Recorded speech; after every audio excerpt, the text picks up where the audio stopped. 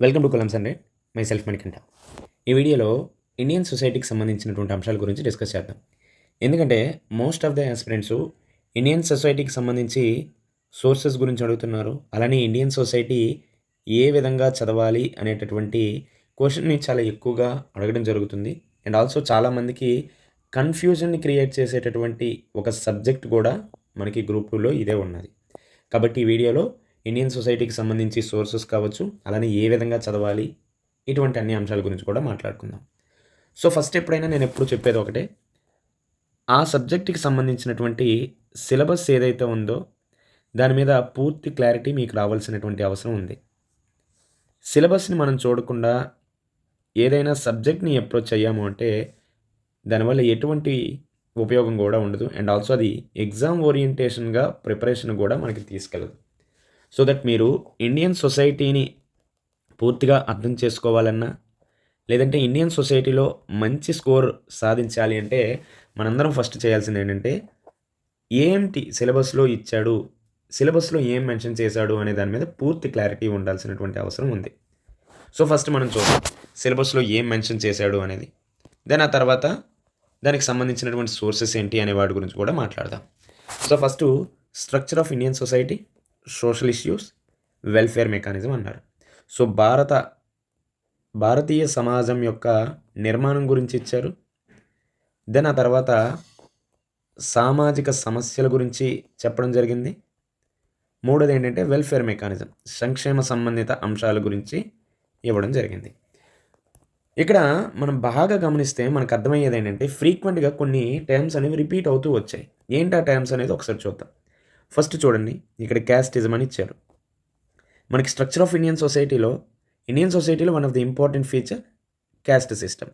So that ఇక్కడ caste అనేది ఉంది. సోషల్ ఇష్యూలో క్యాస్టిజం, కులతత్వం అనేది ఒక ప్రధానమైనటువంటి సమస్య. అండ్ ఆల్సో వెల్ఫేర్ మెకానిజంలో మనకి scheduled tribes, scheduled caste, BCs, ఇలా ఇక్కడ కూడా క్యాస్ట్ గురించి మెన్షన్ చేయడం జరిగింది. సో దట్ మనకి రిపీటెడ్‌గా ఉన్నటువంటి థీమ్. అండ్ ఆల్సో ఇండియన్ సొసైటీలో one of the important feature ఏంటి అంటే క్యాస్ట్‌గా చెప్పుకుంటాం. సో దట్ రిపీటెడ్‌గా ఏదైతే మనకి టర్మ్స్ అవుతున్నాయో వాటిని మాత్రం ఖచ్చితంగా మీరు దృష్టిలో పెట్టుకోండి. అలా మనకి ఎక్కువగా రిపీట్ అయినటువంటి టర్మ్ క్యాస్ట్. దెన్ ఆ తర్వాత ఇంకా ఏమైనా ఉన్నాయంటే యెస్ ఉన్నాయి కదా! కమ్యూనలిజం. సో, కమ్యూనలిజాన్ని మనకిక్కడ రిలీజియన్‌తో ఇంటర్‌లింక్ చేసుకోవచ్చు.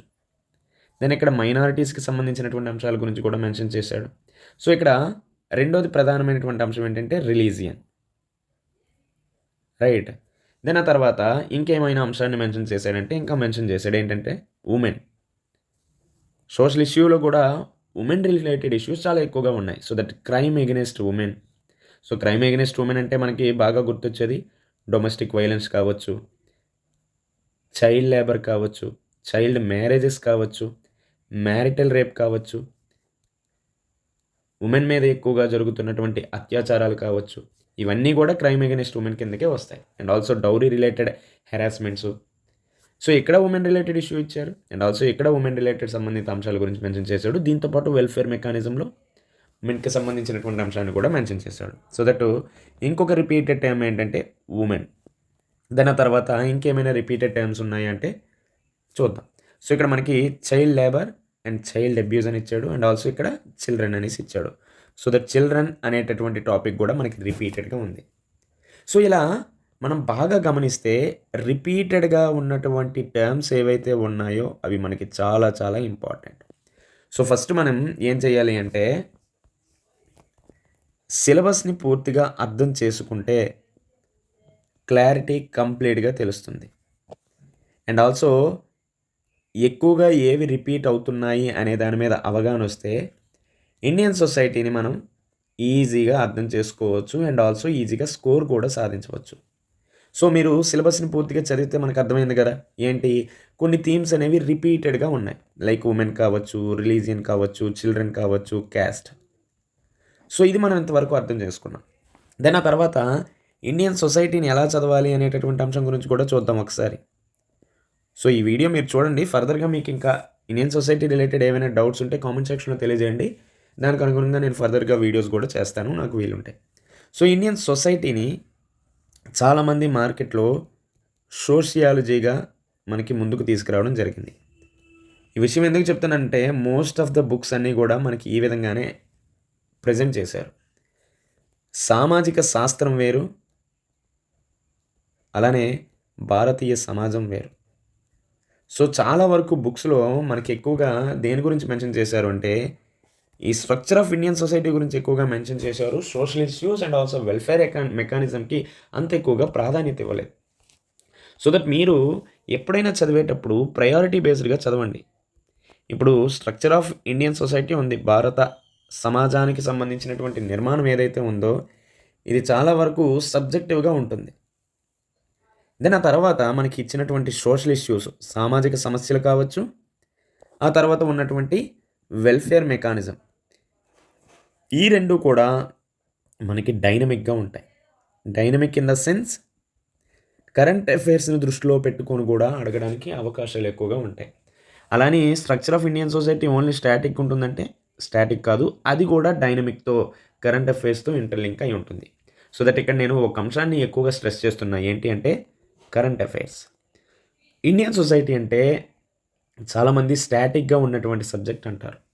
బట్ ఇండియన్ సొసైటీలో మోస్ట్ ఆఫ్ ద థింగ్స్ అన్నీ కూడా కరెంట్ అఫైర్స్‌ని ఇంటర్‌లింక్ చేస్తూనే అడుగుతారు. ఫర్ ఎగ్జాంపుల్ ఇప్పుడు యూనిఫార్మ్ సివిల్ కోడ్ ఉంది.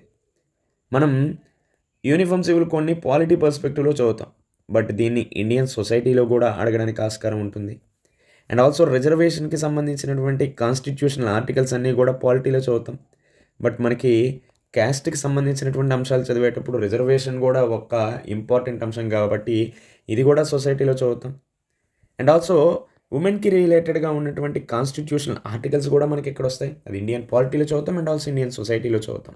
సో, ఇలా ప్రతి అంశాన్ని కూడా మనం ప్రతి సబ్జెక్ట్‌తో ఇంటర్‌లింక్ చేసుకుంటే ఇండియన్ సొసైటీ అనేది అన్ని సబ్జెక్టులకి కూడా ఇంటర్‌లింక్ అయితూనే ఉంటుంది. ముఖ్యంగా పాలిటీ కావచ్చు, గవర్నెన్స్ కావచ్చు, ఎకానమీ.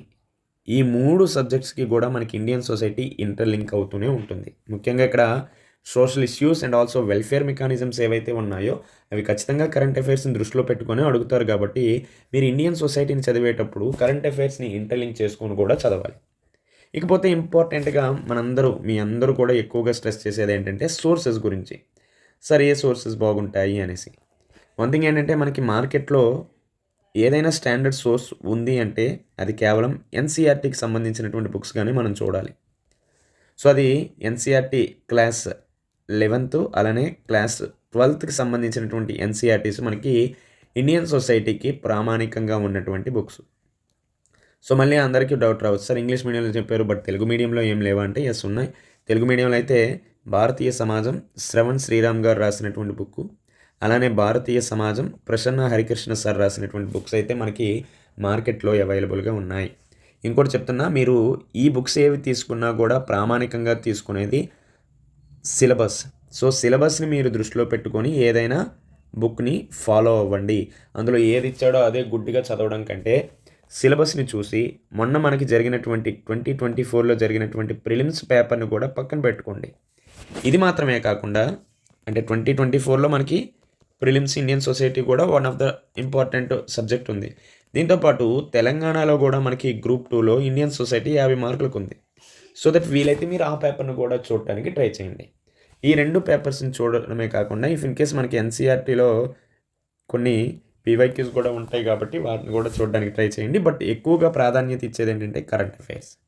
దెన్ మళ్ళీ అందరికీ డౌట్ రావచ్చు. కరెంట్ అఫైర్స్‌కి సంబంధించినటువంటి సోర్స్ ఏది అంటే యాక్చువల్లీ నేను చదివిందైతే విజన్ ఐఏఎస్‌కి సంబంధించినటువంటి మ్యాగజైన్‌లో మనకి ప్రత్యేకంగా సొసైటీకి సంబంధించినటువంటి ఇష్యూస్‌ని కూడా కవర్ చేయడం జరుగుతుంది ఎవ్రీ మంత్ మ్యాగజైన్‌లో.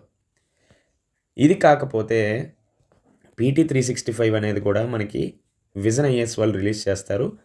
అయితే ఇది చదవండి లేదంటే ఇదైనా చదవండి. సో, మ్యాక్సిమం ఇవన్నీ కూడా మనకి పీడీఎఫ్ ఫార్మాట్‌లో ఫ్రీగానే లభ్యమవుతాయి కాబట్టి మీరు అదనంగా ఖర్చు చేయాల్సినటువంటి అవసరం కూడా ఉండదు. విజన్ ఐఏఎస్ మంత్లీ మ్యాగజైన్‌లో సొసైటీ ఇష్యూస్ అని సెపరేట్‌గా కవర్ చేస్తారు. అలా కాని పక్షంలో మొత్తం ఇయర్‌కి సంబంధించినటువంటి అంశాలన్నిటిని కూడా ఒక దగ్గర పీటీ 365గా రిలీజ్ చేయడం జరుగుతుంది. ఇఫ్ ఇన్ కేస్ పాసిబుల్ అయితే దీన్ని కూడా తీసుకోవడానికి ట్రై చేయండి. సో, ఇవి ఇండియన్ సొసైటీకి సంబంధించినటువంటి సోర్సెస్, అలానే ఇండియన్ సొసైటీని ఎలా చదవాలి అనే దాని గురించి. సో, మీకు ఏమైనా డౌట్స్ ఉంటే కామెంట్ సెక్షన్‌లో తెలియజేయండి. దానికి అనుగుణంగా ఫర్దర్గా వీడియోస్ కూడా చేద్దాం. Until then stay tune, take care, bye.